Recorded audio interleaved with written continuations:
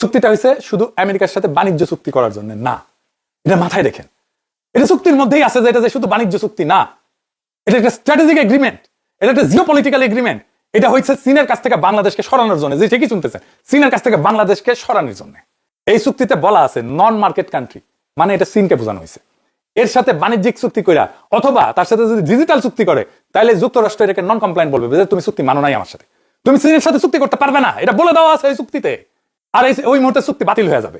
আপনি এখন এই 8 বিলিয়নের বাণিজ্য নিশ্চিত করার সাথে 22 বিলিয়নের মাল সামান কিনেই মুক্তি পায় না, চীনের সাথে সম্পর্ক করা যাবে না, এই দাসখত আপনি লিখে দিচ্ছেন ওই চুক্তিতে। কেন?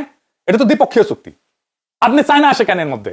আমেরিকার সাথে বাণিজ্য অসম, মানে আমরা যা রপ্তানি করি আমদানি করি তার চেয়ে কম, তাই আমদানি বাড়াইতে হবে। ফেয়ার এনাফ, আমরা আমদানি বাড়াইতে চাই, কিন্তু এর মধ্যে চীন কেন? চীন তো তৃতীয় পক্ষ, আমি দ্বিপক্ষীয় চুক্তি করতেছি, তুমি অসম বাণিজ্য কমাইতে আসছো, এর মধ্যে চীনকে ঢুকাইলা কেন? আপনি বলেন, এটা কোনো ইনসাফ?